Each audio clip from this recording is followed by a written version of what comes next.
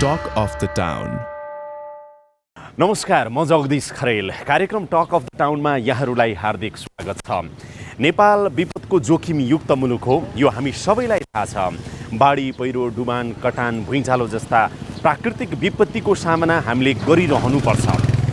विपद जोखिम न्यूनीकरण तथा व्यवस्थापनको कुरा गर्दाखेरि सबैभन्दा बढी जिम्मेवार र जवाफदेही निकाय भनेको स्थानीय सरकार नै हो। स्थानीय सरकार नै यसको लागि बढी जिम्मेवार र जवाफदेही बन्नुपर्छ भनेर हामीले विगतका हाम्रा श्रृङ्खलाहरूमा पटक पटक आवाज उठायौँ र स्थानीय सरकारलाई झकझक्याउने काम पनि गरिरह्यौँ। परिणामस्वरूप अहिले धेरै स्थानीय सरकारहरू विपद जोखिम न्यूनीकरण तथा व्यवस्थापनको सन्दर्भमा प्रभावकारी काम गर्न सफल भएका छन्। Talk of the Town. यतिखेर म मध्यपुर थिमी नगरपालिकामा आएको छु र यहाँका मेयर मदन सुन्दर श्रेष्ठले हामीसँग विपद जोखिम न्यूनीकरण तथा व्यवस्थापनको सन्दर्भमा जे जति प्रतिबद्धता व्यक्त गर्नुभएको थियो त्यो प्रतिबद्धता अनुसार काम भइरहेको छ कि छैन, आज स्थलगत रूपमा उहाँसँग कुराकानी गर्दै उहाँले ल्याएका केही परिवर्तनहरू पनि हामी हेर्नेछौँ। र मेरो साथमा हुनुहुन्छ मध्यपुर थिमी नगरपालिकाका मेयर मदन सुन्दर श्रेष्ठ। मेयर साहब, स्वागत छ तपाईँलाई। हजुर, धन्यवाद। हामी टाढा टाढा नै छौँ।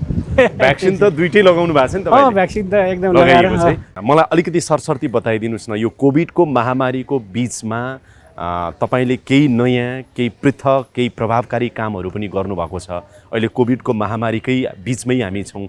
के कस्तो कामहरू गर्नुभयो? अहिले हाम्रो पृष्ठभूमिमा चाहिँ अब Nepal Korea friendship municipality hospital छ। कोरोना महामारीको सन्दर्भमा चाहिँ के कति कामहरू अहिले गरिराख्नु भएको छ तपाईँहरूले? कोभिडको बेलाको लागि, कोभिडको प्रतिकारको लागि भन्नुपर्ला मध्यपुर थिमी नगरपालिका मुलुकमै नमुना रूपमा रह्यो कि भन्ने मलाई लाग्छ। किन भन्दाखेरि अहिले नेपालमा एउटै मात्रै नगरपालिका छ, मध्यपुर थिमी नगरपालिका, जसले 102 बेडको अस्पताल सञ्चालन गरिरहेको छ। त्यसमा चाहिँ कोभिडको प्रतिकार्यमा चाहिँ अव्वल दर्जामै हामी उत्रयौँ भन्नुपर्ला। त्यसका आधारमा मन्त्रालयले पनि धेरै मूल्याङ्कन गरेको छ। त्यही कारणले पनि हुनसक्छ देशभरि चाहिँ यो 753वटा पालिकाहरूमा चाहिँ एउटा अस्पताल बनाउने भन्ने चाहिँ कहीँ खाल्डो खनेको, कहीँ चाहिँ अहिले टहराहरू बनेको सुरुवातहरू भएको छ। अनि हामीले यसमा चाहिँ अहिले नमुना किन भनिरहेछौँ भन्दाखेरि अहिले हामीले कोभिडको लागि यहाँ अत्यावश्यक सामग्रीहरू हामी जोरजाम मात्रै गरेनौँ कि हामीले सबै कुराहरू चाहिँ लगभग चाहिँ हामी पूर्णता दिने कोसिस गरिरहेछौँ। यसको लागि सबैभन्दा आवश्यक पिसिआर ल्याब हो। पिसिआर ल्याब चाहिँ हामी एनपिएचएल पछाडिको दोस्रो पिसिआर ल्याब हामीले 2 वर्षबाट नै सुरु गऱ्यौँ। अहिले चाहिँ दैनिक हाम्रो चाहिँ 100को हाराहारी चाहिँ यहाँ स्थानीय बासिन्दाले परीक्षण गर्छ। हाम्रो 500सम्म क्यापासिटी छ। पिसिआर टेस्ट भइसकेपछि चाहिँ समस्याहरू रहेको लागि हामी यही चाहिँ इमर्जेन्सीमा पनि हामी उपचार गर्छौँ। अनि त्यसको लागि चाहिँ हामीले एचडियू चाहिँ अहिले एकदमै एडभान्स एचडियू बनाएका छौँ। 25 बेडको एचडियू बनाइसकेका छौँ। अनि चाहिँ त्यसमा पनि एचडियूमा नि गाह्रो भएकोलाई हामी आइसियूको लागि व्यवस्था गरेका छौँ। 14 बेडको आइसियू बनाएका छौँ भने सबैको सहयोगबाट हामीले भेन्टिलेटर चाहिँ हामीले 10वटा भेन्टिलेटर व्यवस्था गरेर उपचार गरेका छौँ। गत वर्ष कोभिडको लागि सबैभन्दा आवश्यक भएको चाहिँ अक्सिजनको एकदमै हाहाकार भएको थियो। त्यो अक्सिजनको चाहिँ समस्या नहोस् भनेर हामी पहिलो लहरमा नै हामीले अक्सिजन प्लान्टको लागि अर्डर गरेर एडभान्स दिएका थियौँ र दोस्रो कोभिडको बेलामा चाहिँ नेपाल सरकारले घोषणा गर्ने बित्तिकै हामीले चाहिँ अक्सिजन प्लान्टै सञ्चालन गऱ्यौँ। यो अक्सिजन प्लान्ट अहिले उत्पादन भइराखेको छ। तपाईँले विपद जोखिम न्यूनीकरण तथा व्यवस्थापनको सन्दर्भमा हामीसँग जे प्रतिबद्धता गर्नुभएको थियो त्यो प्रतिबद्धता अनुसार के काम गरिराख्नु भएको छ अहिले र परिवर्तन के भइरहेको छ भन्नुहोस् त। हामीले विपदलाई पनि अलिकति प्रायोरिटीमै राखेका छौँ। विपद व्यवस्थापन कमिटी त मेरै अध्यक्षतामा भयो नै। हामी त्यो अनुसार चाहिँ अहिले विपद व्यवस्थापनको लागि अहिले चाहिँ भक्तपुरमा दमकल सञ्चालन गरिराखेको चाहिँ मध्यपुर थिमी नगरपालिका मात्रै हो। जहाँ पनि आगलागी भयो भने चाहिँ नगरपालिकाकै दमकल पुग्छ। त्यसको लागि चाहिँ हामीले चाहिँ जुद्ध बारुद यन्त्र भक्तपुरसँग सहकार्य गरेर त्यहाँ हामी उपलब्ध सञ्चालन गरिरहेछौँ। अनि अरू चाहिँ लजिस्टिकहरू चाहिँ विपदको लागि आवश्यक कुराहरू चाहिँ हाम्रो नेपाल आर्मीसँग चाहिँ सहकार्य गरेर भैरववान गुल्मसँग चाहिँ सहकार्य गरेर विपदको सबै सामग्रीहरू हामीले त्यहाँ राखेका छौँ। त्यो हाम्रो चाहिँ कन्टेनरहरू भयो, त्यसमा चाहिँ थप सामग्रीहरू पनि हामीले उपलब्ध गराएका छौँ। फायर ब्रिगेडहरूको लागि त्यो आगोमै पस्ने ड्रेसहरू अनि अरू इक्विपमेन्टहरू चाहिँ हामी थप्दै गइरहेका छौँ। त्यो सबै चाहिँ आर्मीलाई हस्तान्तरण गरिरहेका छौँ। विपद कहीँ पनि भयो भने चाहिँ आगलागीदेखि कुनै पनि विपद हुँदाखेरि उहाँहरू चाहिँ आधी घन्टामा पुग्ने नै गर्नुभएको छ। त्यसरी चाहिँ हामीले सहकार्य गरिरहेका छौँ। भवन संहिता कार्यान्वयनको अवस्था कस्तो छ? भवन संहिता योजना कार्यान्वयनमा त तपाईँ त आफै इन्जिनियर हो म आफै पनि प्राविधिक भएको हुनाले हामी अस्ति मन्त्रालयमा एउटा प्रेजेन्टेसनमा दिएका छौँ। अहिले उपत्यकामा सबैभन्दा राम्रो भवन आचार संहिता र त्यसको पालना गरिरहेको EBPS इलेक्ट्रोनिक यो बिल्डिङ पर्मिट सिस्टम सफलतापूर्वक लागू गरेर कडाइपूर्वक लागू गरेर मध्यपुर थिमी नगरपालिका नै पर्छ। यो अनुसार चाहिँ हामीले बिल्डिङ कोडलाई चाहिँ हामीले त्यो एकदमै स्ट्रिक्टली फलो गरिरहेका छौँ। अब हामी कहाँ जान्छौँ भन्नुहोस् त? अब हामी एउटा चाहिँ त्यो सम्पदा पोखरी निर्माण र त्यहाँ चाहिँ हाम्रो पार्टीहरू निर्माण गरेको ढुङ्गे धाराको संरक्षण गरेको एउटा ठाउँ त्यहाँ कैकुता भन्ने छ, हामी त्यहाँ हेर्छौँ। अनि बालकुमारीको पोखरी हेर्दै हामी हनुमन्तीतिर लाग्छ होला।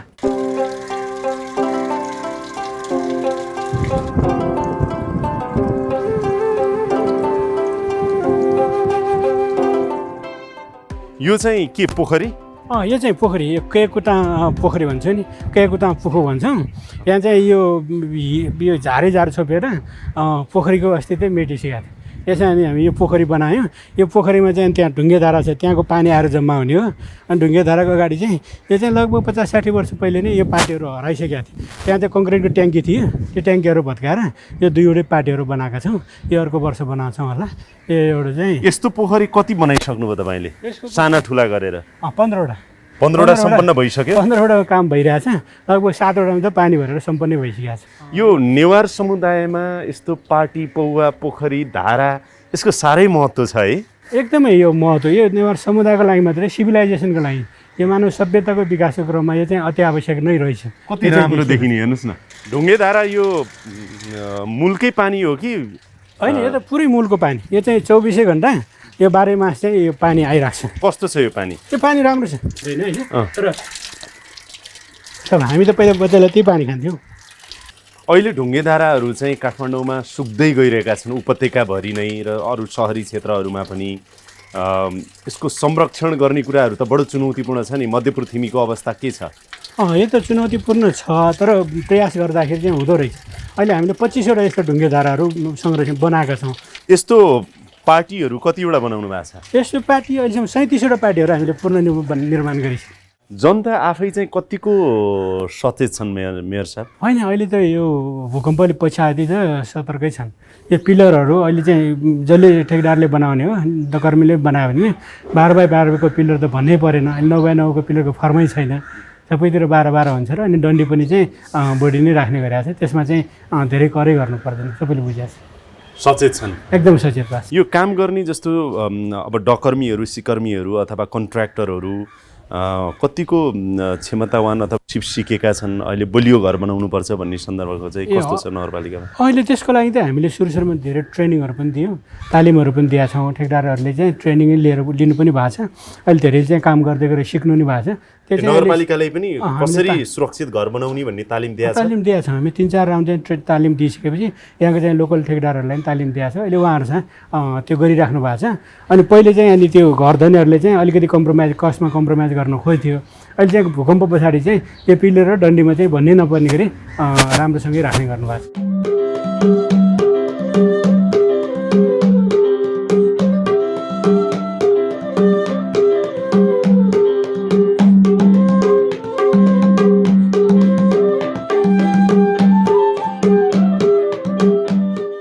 यो पोखरी अनि यो पोखरी चाहिँ हामीले चाहिँ अस्ति असार महिना एक महिनाभित्र तयार गरेको। यो पहिला चाहिँ हिलो थियो। अनि पहिला चाहिँ किंवदन्ती यो मन्दिर जति गहिरो थियो, अग्लो छ, यति नै गहिरो छ भन्ने थियो। अनि यो पछाडि अहिले कति गहिरो छ? अहिले चाहिँ हामीले धेरै गहिरो बनाउने। यो चाहिँ लगभग 12 फिट जति गहिरो छ। अहिले चाहिँ यसमा 3 लेयर छ। यो 12 फिट त छ अहिले छ। डुबिने रहेछ। यो 3वटा स्टेप डुबिन्छ। यो चाहिँ बजार के भयो भने चाहिँ यहाँ खुड्कीले तलसम्म राखेको छ। यो हामी 1 लेयर भयो। यस पछाडि फेरि अर्को छ 3वटा। यो बालकुमारी मन्दिर होइन? हजुर, सम्पन्न भयो? लगभग सम्पन्न भयो। यसको चाहिँ अब ब्युटिफिकेसन मात्रै बाँकी भन्नु पर्ला। यो माथि सबै गजुरदेखि छानो पनि सुनकै जलप हो? हो, पहिलो तला चाहिँ सुनको जलप लगाइयो। अहिले दोस्रो तेस्रो तलामा लगाउनलाई अलिक बढी बजेट राख्ने भएर लाग्ने भएर अलिकति चाहिँ हामी रोकिया छौँ। अरू चाहिँ यसको संरचना पुनर्निर्माण चाहिँ लगभग सम्पन्न भयो। कति पर्यो होला सुनको जलप लगाउन? पैसा त धेरै खर्च भयो। अलिकति त्यसमा अहिले 32 लाख जति लाग्यो सानोमै, त्यो चाहिँ सबै गरेर 13 करोड जति जाने रहेछ। भुइँचालोले क्षति पुर्याएको सम्पदाहरू सबै पुनर्निर्माण गरिसक्नुभयो? क्षति पुर्यायो लगभग सकियो। अहिले चाहिँ हाम्रो उता अब चाहिँ के सुरक्षित रूपले पुनर्निर्माण भएका छन्? अहिले त झन् बढी सुरक्षित रूपले निर्माण भएको छ। अहिले चाहिँ हामीले चाहिँ बाजेहरूले चाहिँ पहिला गर्दाखेरि के एउटा चाहिँ समस्या रह्यो भन्दा मन्दिर त अत्यन्तै राम्रो हुने, तर मन्दिरहरू चाहिँ जग चाहिँ नहुने रहेछ। लगभग चाहिँ 1 फिटदेखि 1.5 फिट मात्रै जग भएको पायौँ। अहिले हामीले गरेको चाहिँ लगभग 3-4 फिट जगहरू राखेर गर्दाखेरि अनि झन् सुरक्षित झन् बलियो भएको चाहिँ पाएको छौँ।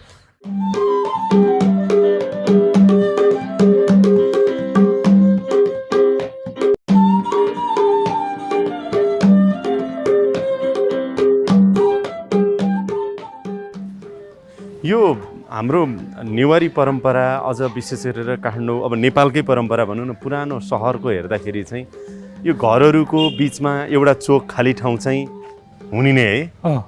यो धेरै राम्रो छ नि यो चलन। यो खुल्ला यो चोक हुने, त्यहाँ एउटा पोखरी हुने, अनि पार्टीहरू हुने। हामीले पोखरी उता छ, यो चाहिँ पार्टी। यो हामीले यस्तो खुल्ला ठाउँहरू चाहिँ राख्नुपर्छ भनेर हाम्रा पुर्खाले चाहिँ सोचेछन्। हामीले चाहिँ घर मात्रै भर्यौँ कि मेरो साथ वरिपरि घर छ होइन। अब भुइँचालो आइहाल्यो भने त यो बिचमा आउन सक्यो नि त, बिचमा आउने अनि भुइँचालोको बेला पनि अनि यहीँ पनि बस्ने खुब धेरै राम्रो भएको छ। यही एरियाको लागि चाहिँ त्यो टेन्सन भएन, सबै यहीँ पकाउने यही खाने। यस्तो चोकहरू कतिको छन्? धेरै सबै बालकुमारी भयो होइन, बाख्रो बजार चपाचोतिर हाम्रो ओपन स्पेसहरू धेरै छन्। यो पार्टीको नाम चाहिँ के नि? यो चाहिँ हाम्रो नित्यनाथ भजन फल्चा भनेर भनेका छौँ। यो पछाडि चाहिँ त्यो रातो मन्दिर चाहिँ त्यो हाम्रो नित्यनाथ हो। अनि त्यहाँ चाहिँ यो एरियाको चाहिँ त्यहाँ हामी केही पनि बाजागाजाहरू सिक्दाखेरि पूजा गर्ने मेन ठाउँ हो। अनि त्यसको चाहिँ यो आदि चाहिँ यो उता पार्टी थियो, यहाँ 2वटा घर थिए, कपाली समुदायको 2वटा घर थियो। हामीले उहाँहरूले 30 लाख क्षतिपूर्ति दिएर अनि उहाँहरू कमेरो टारमा सर्नुभएको छ। अनि हामीले चाहिँ यसलाई चाहिँ भत्काएर चाहिँ यो पार्टी यो नवनिर्माणको रूपमा यो 32 खुट्टेको चाहिँ पार्टी ठामको पार्टी बनाएर 32वटा छ। अहिले यो चाहिँ उपत्यकाको र मलाई लाग्छ मुलुकै नमुना रूपमा यो बनेको छ। कति ठुलो रहेछ कि? धेरै ठुलो। के हुन्छ पछि भजन हुन्छ? यसमा भजन कीर्तन गर्ने त्यही अनुसार हुन्छ। यसमा अलिकति चाहिँ बच्चाहरू पनि नखस्ने गरी हुन्छ। अनि दिउँसो चाहिँ ज्येष्ठ नागरिकहरू यहाँ आएर टहलिने, कुराकानी गर्ने, त्यो भित्तामा एउटा टिभी हुन्छ।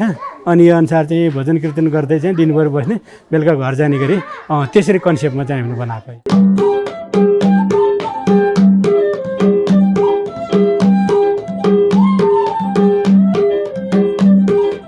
यो चाहिँ के मेयर साहब? यो चाहिँ हाम्रो मध्यवर्ती वडा नम्बर 6 मा पर्छ। यसलाई जेतवर्ण महाविहार भन्छ, नेवारीमा हामी दथुबाहा भन्छ। यो चाहिँ बुद्धिस्टहरूको चाहिँ एउटा यो विहार हो। अनि यो त के हो? सिमेन्ट त केही प्रयोग गरेको छैन जस्तो छ नि? होइन, यो सबै केही पनि सिमेन्ट प्रयोग नगरी पुरै माटोले मात्रै बनाएको। माटोले मात्रै? यो पनि सिमेन्ट जस्तो हुन्छ। यो चाहिँ भुस र माटोको चाहिँ ल्युन भन्छ नि, यो ल्युन राखेको भयो। यो चाहिँ सबै चाहिँ यो हाम्रो पहेँलो माटोले बनाएको। यो जगदेखि नै माटोले बनाएर एकदमै परम्परागत रूपमा चाहिँ हामीले यसको चाहिँ संरक्षण गर्छौँ।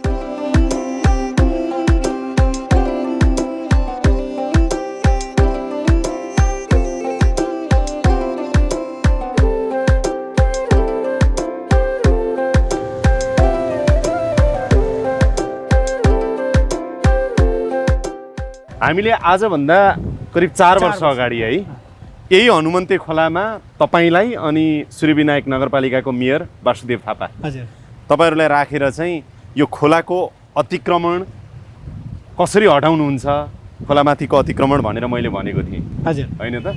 र आज अब हामी फिल्डमै आएर हेऱ्यौँ होइन त?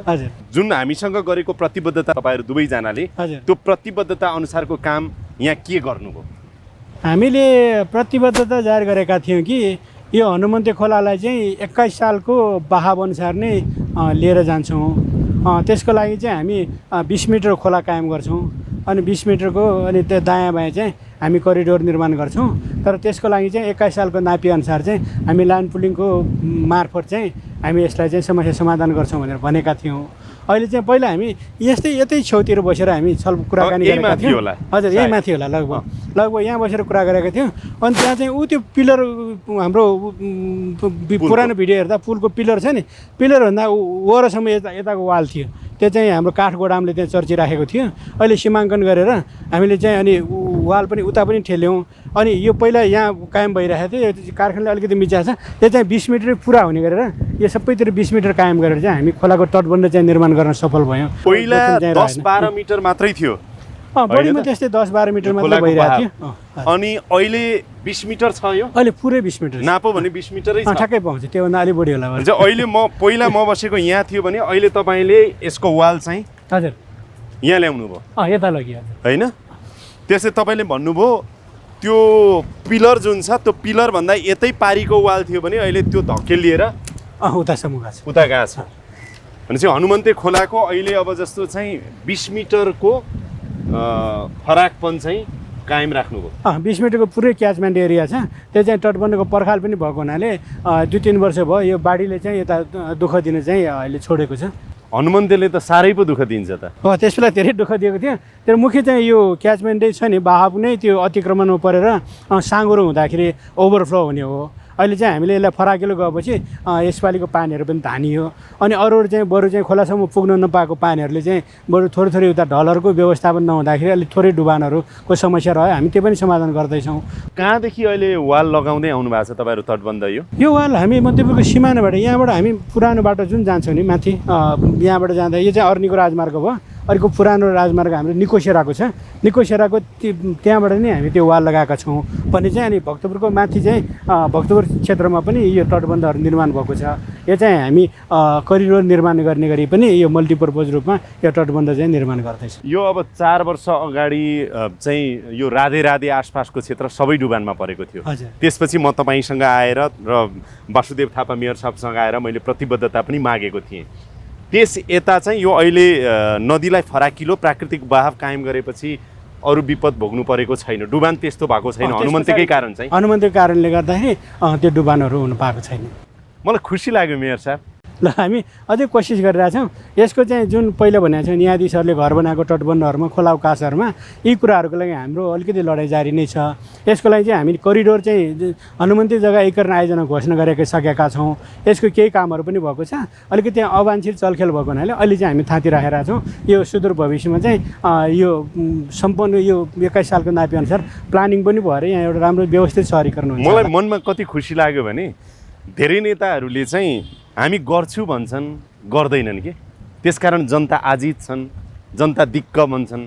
मैले यहाँ त देखेँ नै, तपाईँ र म यो यहाँनिर बसेर कुरा गरेका थियौँ हामी 3 जना। हजुर तपाईँले यहाँ यति फराकिलो बनाउनु भएको छ नदी, उहाँ उति फराकिलो बनाउनु भएको छ, झन्डै 20 मिटरको बहाव चाहिँ नि तपाईँले प्राकृतिक बहाव कायम गर्नुभएछ। यो चाहिँ परिणाममै देखियो। धेरै खुसी लाग्यो मेयर साहब। हजुर हामी कोसिस गरिरहेछौँ।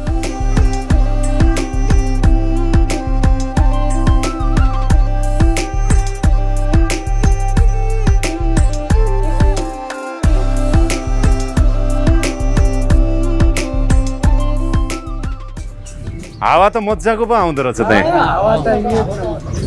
पहिलाको थिमी र मध्यपुर थिमी र अहिलेमा कतिको परिवर्तन भयो? यो विशेष यो 5-7 वर्ष यता मेयर साहब आएपछि कतिको परिवर्तन भएको छ? मन्दिर, बाटो साटो है, हरेक पुरानो सुनानो भड्काएर है नयाँ बनाउने, त्यो पनि पुरानै शैलीमा, पुरानै डिजाइनमा है। चट्ट फोटो लिन्छ है पुरानो डिजाइनमा।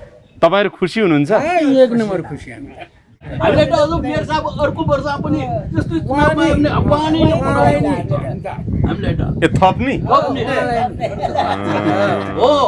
फेरि मेयर साहबले त उहाँले भन्नु घर बनाउन त कडाई गरिराख्नु भएको छ भन्नुभयो उहाँले हैन, पिलर सिलर आफूलाई नि जोगाउनेलाई करा गर्नु भएको त हो नि, बलियो गर्नु पर्यो। यो डन्डी हाल्नुपर्छ, त्यो डन्डी हाल्नुपर्छ भनेर होइन।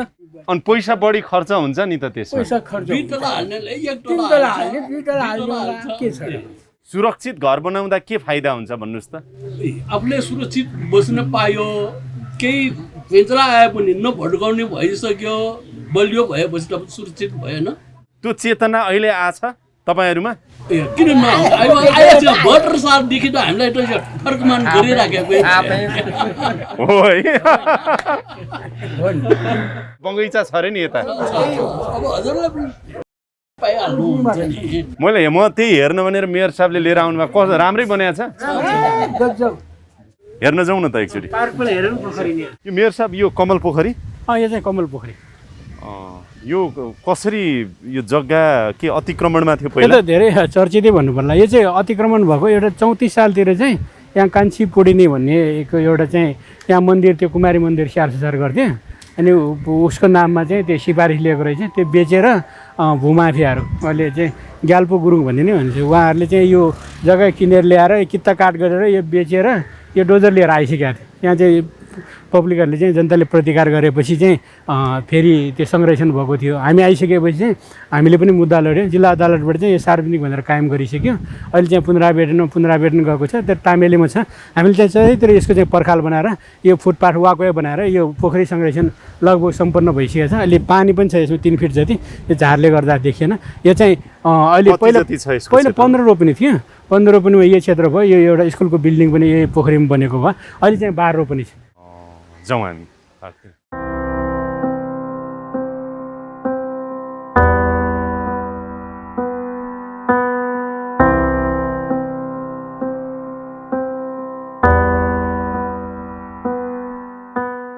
अन्तिम दाह संस्कार यहाँ गरिन्छ। यो बोडेबासीहरूको अन्तिम दाह संस्कार यही हुन्छ। ओहो, अन्तिम दाह संस्कार गर्ने ठाउँ पनि कति राम्रो बगैँचा बनेछ त, हेर्नुहोस् त। यो मलामी आउनेहरूलाई आनन्द होला कि जस्तो त्यो अनुसार चाहिँ कोसिस सुन्दर गरेको बनेछ, एकदमै राम्रो बनेछ। यो तपाईँको पछाडिपट्टि छ नि, हामीसँग तपाईँले एउटा प्रतिबद्धता नि गर्नुभएको थियो क्या, लो ल्यान्डमा चाहिँ घर बनाउन हामी दिने छैनौँ भनेर पहिल्यै पनि। विशेष गरेर नदी यहीँ रहेछ, मनहरा नदी त होइन, हजुर। यहाँ घर बनाउन अहिले रोक छ यो अहिले चाहिँ रोक छ। यसको लागि चाहिँ हामीले लगभग 24 वर्ष भयो यसलाई रोकेको, यो लो ल्यान्डको रूपमा यसलाई संरक्षण गर्न। अहिले हरियाली भइरहेछ। यो हरियो फाँट बाँकी भएको चाहिँ मध्यपुर अनि उता चाहिँ कागेश्वरी मनहरा छ। पहिला त यस्तो अवस्था थिएन होला। यहाँ पनि सार्वजनिक जग्गा तपाईँहरूले संरक्षण गर्नु पर्यो कि अतिक्रमण भएको थियो कि थिएन? यहाँ यसमा धेरै अतिक्रमण भएको, उता परबाट नै अतिक्रमण भइराखेको बाटोको हो, उता चाहिँ धेरै अतिक्रमण भइराखेको थियो। यस्तै यो पाखो नै थियो, पहिरो जाने पाखो, झारै झार उताको जस्तै छ नि, त्यो झारै झार भएको पाखो थियो। यो कहीँ पनि सीमाङ्कनहरू पर्खालहरू थिएन। अनि यो त नाङ्गो डाँडाको रूपमा थियो, एकदमै उराट थियो। यसलाई चाहिँ हामीले सीमाङ्कन गरिसकेपछि अहिले यसलाई डिजाइन गरेर अहिले पार्कको रूपमा लिएर आएको छौँ।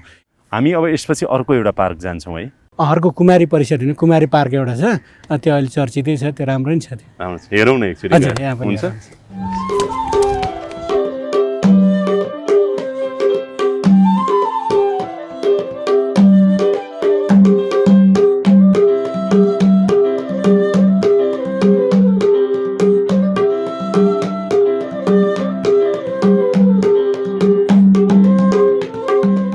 मेयर साहब, हजुर, यो त्यसो भए कुमारी पार्क, हजुर, यो मन्दिर यो चाहिँ कुमारी मन्दिर। कस्तो राम्रो पार्क रहेछ, हेर्नुहोस् त। अहिले अलिक कोसिस गरेका छौँ, सबैले राम्रै भन्छ।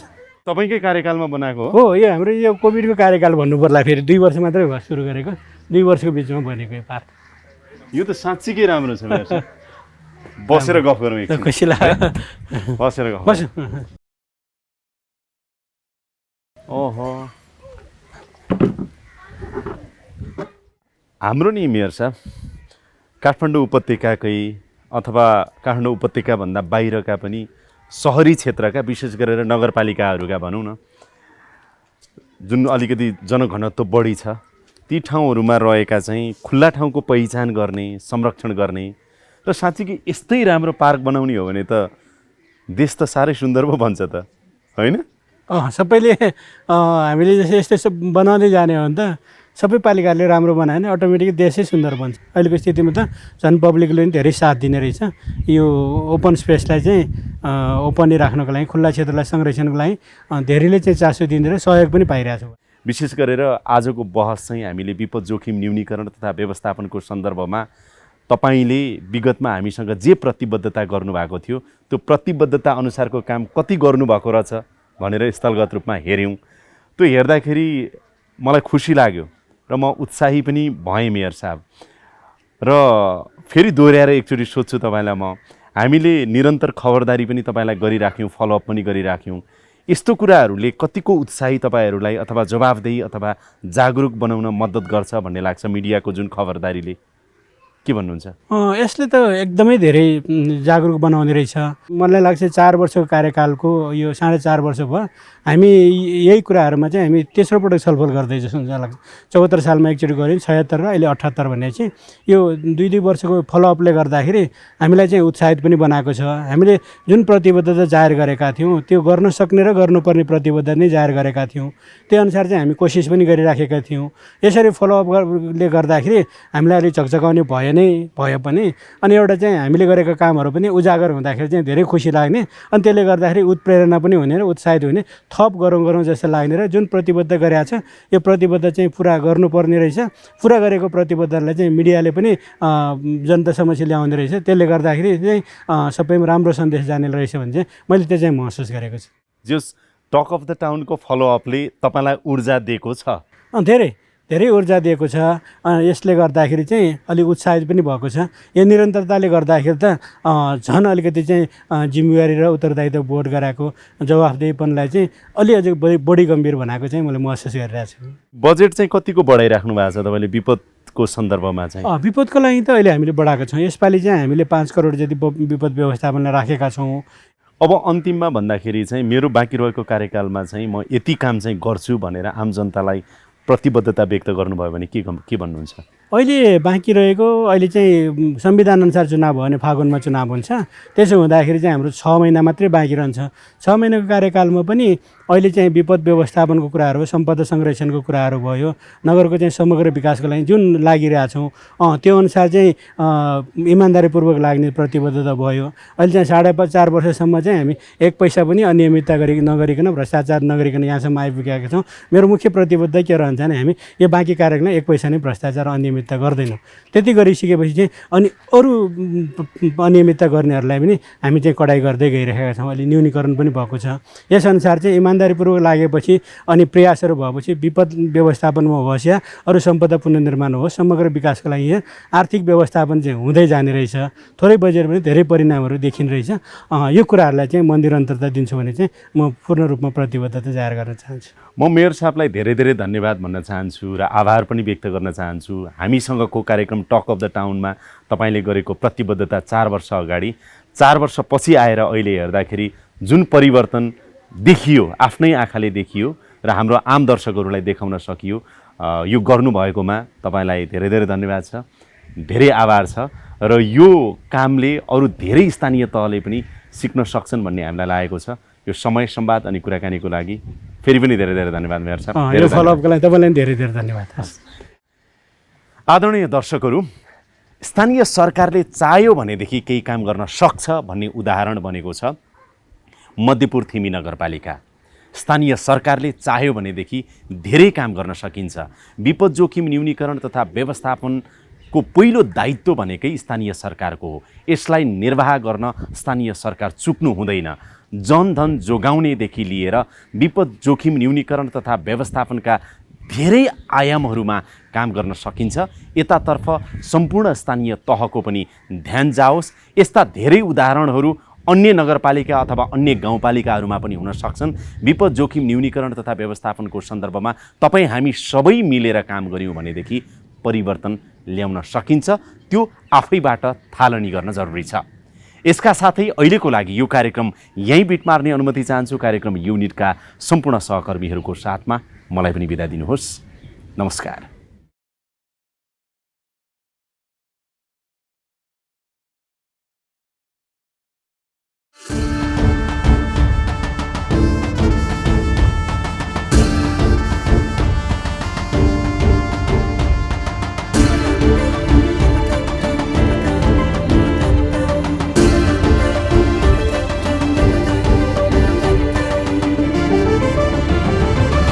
Talk of the Town.